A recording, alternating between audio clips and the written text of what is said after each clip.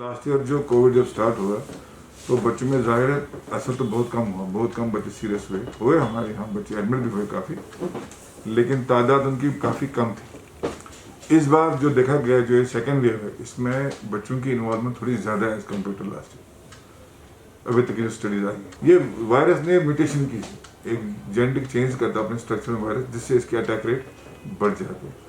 तो बच्चों में भी और बड़ों में भी इसने अटैक रेट बढ़ा दी है, पहले से ज़्यादा अटैक रेट होगी, बच्चों में भी ज़्यादा इंसिडेंस बढ़ गया है सिम्टोमेटिक डिजीज का। बच्चों को अगर कोविड हो तो हम रूटीन में हम रैड कर सकते हैं जो हर जगह अवेलेबल है, लेकिन रैड की सेंसिटिविटी 40% है, तो उससे बेटर टेस्ट है RT-PCR जो हम करते हैं कोविड डायग्नोस करने, वो 70 to 80% सेंसिटिव रहता है, वो बेटर टेस्ट है as compare to rad. Covid अगर होगा तो इसकी सिम्टम्स और साइंस जो होते हैं वो डिफरेंट सीवियरिटी के होते हैं, mild, moderate, severe and critical. Mild का मतलब होगा अगर बच्चे को हल्का सा बुखार है, खांसी है, सोर थ्रोट है, जुकाम है, या थोड़ा आजकल अब डायरिया वॉमिटिंग भी कोविड से हो रहा है, या स्किन रैशेज है, या बॉडी एक्स एंड पेन्स है। और बड़े बच्चों को 8 साल से ऊपर उनको loss of taste and loss of smell भी हो सकता है, तो जनरली ये माइल्ड सिम्टम कहलाते हैं।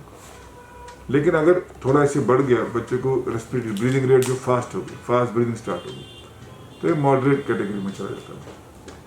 और सीवियर कैटेगरी में बच्चे, और लेकिन मॉडरेट में जो है ऑक्सीजन जो है नॉर्मली बच्चों को 94 के ऊपर होना चाहिए, सैचुरेशन जिसको हम बोलते हैं। तो मॉडरेट डिजीज में ऑक्सीजन सैचुरेशन 90 to 94 आ जाती है, और सीवियर डिजीज में लेस देन 90 हो जाती है, और ब्रीदिंग प्रॉब्लम बढ़ जाती है, ब्रीदिंग डिफिकल्टी स्टार्ट हो जाती है, बच्चा लेथार्जिक हो जाता है, फीडिंग रिफ्यूज करता है, कई बार कन्वर्स हो जाते हैं। ये अलामत है सीवियर डिजीज के बच्चे। सबसे खतरनाक है उसमें ARDS को हम बोलते हैं, एक्यूट रेस्पिरेटरी डिस्ट्रेस सिंड्रोम, या शॉक हो जाता है बच्चों में, या मल्टी ऑर्गन फेलियर हो जाता है, या थ्रोम्बोस हो जाती है। ये अलामत है क्रिटिकल डिजीज। अगर हमें ये डिजीज से अपने आप को बचाना है, सबसे पहली बात SOPs, जो कोविड SOPs को हम कहते हैं,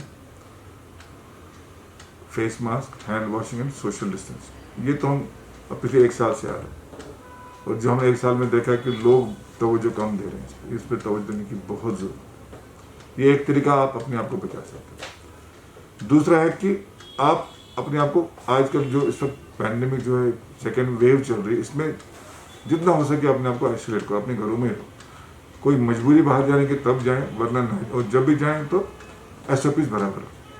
तीसरी बात, जो गैदरिंग्स है, सोशल गैदरिंग्स या फंक्शन, वो बिल्कुल अटेंड ना करें। इंडोर गैदरिंग तो बिल्कुल अटेंड ना करें, उसमें बहुत रिस्क बढ़ जाता है ये कोविड फैलने का। चौथा जो है, अब हमारे पास वैक्सीन आ गई जो हम अब कर रहे हैं, 18 साल के ऊपर भी कर रहे हैं, तो जितना पॉसिबल हो वैक्सीन कीजिए, क्योंकि आप बचाएंगे अपने आप को वैक्सीन से। पिछले साल हमारे पास ये हथियार था नहीं, इस साल आ गया, तो हमें डरना नहीं चाहिए, हमें आगे आना चाहिए वैक्सीन करने से। पांचवी बात, अगर कभी भी आपको लगे कि सिम्टम्स हो रहे हैं कोविड, जैसे बुखार हो रहा है, खांसी हो रही है, गला खराब है, या स्मेल जा रही है, टेस्ट जा रहा है, बॉडी एक्सपीरियंस है, तो आप टेस्ट करवाइए। बिकॉज टेस्ट करवाने से क्या होगा, एक तो आप आइसोलेट करेंगे, और दूसरा आप बाकियों को ट्रांसमिट नहीं करेंगे। सो testing very important, vaccination very important, home isolation very important, और SOP जो कोविड के वो आप फॉलो करें, उससे आप बचा सकते हैं। जुकाम, खांसी, गला खराब होगा, बुखार होगा, अब आजकल डायरिया वॉमिटिंग भी कोविड से हो सकता है, स्किन रैश से होते हैं, आइज कंजंक्टिवाइटिस हम बोलते हैं, लाल आंखें, वो भी हो सकती हैं।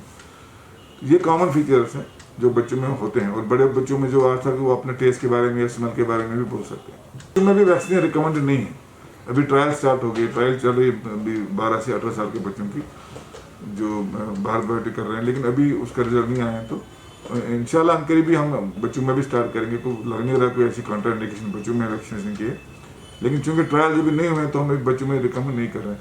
18 साल के ऊपर हालांकि कर रहे हैं, तो 18 साल के ऊपर जो भी लोग हैं उनको करना चाहिए, अपने आपको रजिस्टर करके कोविड ऐप में अपनी वैक्सीनेशन करवाइए, उससे सेफ्टी प्रोफाइल बढ़ जाएगा, एक हर्ड इम्यूनिटी आ जाएगी, स्प्रेड के चांसेस कम हो जाएंगे। अगर माँ पॉजिटिव के, अभी तक देखा गया है कि जो भी माँ पॉजिटिव है, चांसेस जो है ब्रेस्ट मिल्क से इन्फेक्शन लगने के बच्चे को बहुत कम है, तो रिकमेंडेशन है कि अपना दूध पिला सकती है, लेकिन उसको कुछ वो SOP बहुत स्ट्रिक्टली फॉलो करने होंगे।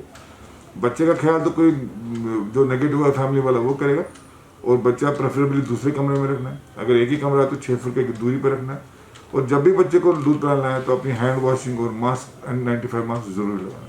छोटे बच्चों में जो 2 साल से कम, उनमें थोड़ा रिस्क बढ़ता है, मास्क लगाने से कई घुटन भी हो सकती है, बच्चे को ब्रीदिंग प्रॉब्लम हो सकती है, तो उनमें रिकमेंडेड नहीं है मास्क लगाना। लेकिन 2 साल के ऊपर बच्चों को मास्क लगानी चाहिए।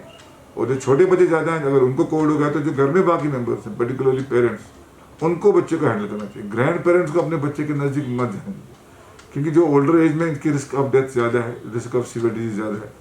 तो माँ बाप ही अपने बच्चों को संभालें और जब जाएँ नज़दीक जाएँ तो उनको मास्क वगैरह अपने आप को प्रोटेक्ट करें। ऐसे कोई क्लियर कट डिस्टिंक्शन नहीं है कि ये कोविड है और ये नॉन कोविड है। वायरल इन्फेक्शन मोर और लेस सेम होते हैं, लेकिन चूंकि आजकल पैंडेमिक फैला हुआ, तो अगर आपको हाई फीवर बच्चे को, जो शोर थ्रोट है, खांसी है, सीवियर डायरिया वॉमिटिंग हो रहा है, तो अगर सिम्टोमेटिक है, इस आजकल के माहौल में बेहतर है आप बच्चे को टेस्ट कराएं। एक रूटीन होता है हर बच्चे का, सुबह उठ के मुँह हाथ धो के नहा के नाश्ता करके स्कूल चला जाता है, यूनिफॉर्म पहन के स्कूल चला जाता है, वहाँ से आता है अपना खेलता है, थोड़ा पढ़ाई करता है। एक सिस्टम, अगर माइल्ड सिम्टम्स हैं, जैसे मैंने बताया बुखार है, खांसी है, जुकाम है और कभी थोड़ा डायरिया वॉमिटिंग भी है, आप आराम से घर में रखें बच्चे को, बुखार के लिए पैरास्टामोल दें और सैचुरेशन मॉनिटर करें विद डिफिकल्ट के लिए। मैं आपको वार्निंग साइन 5 बताता हूँ, इनका ख्याल, कि ये अगर अलामत आएंगे तो आपको हॉस्पिटल ले जाना पड़ेगा बच्चे। अगर बच्चे को हाई फीवर है 4 दिन से अलावा, और डॉक्टर को इमीडिएट हॉस्पिटल ले जाना। अगर बच्चे को लेथार्जिक हो रहा है या बच्चा फीड नहीं कर रहा, आप हॉस्पिटल जाएंगे। या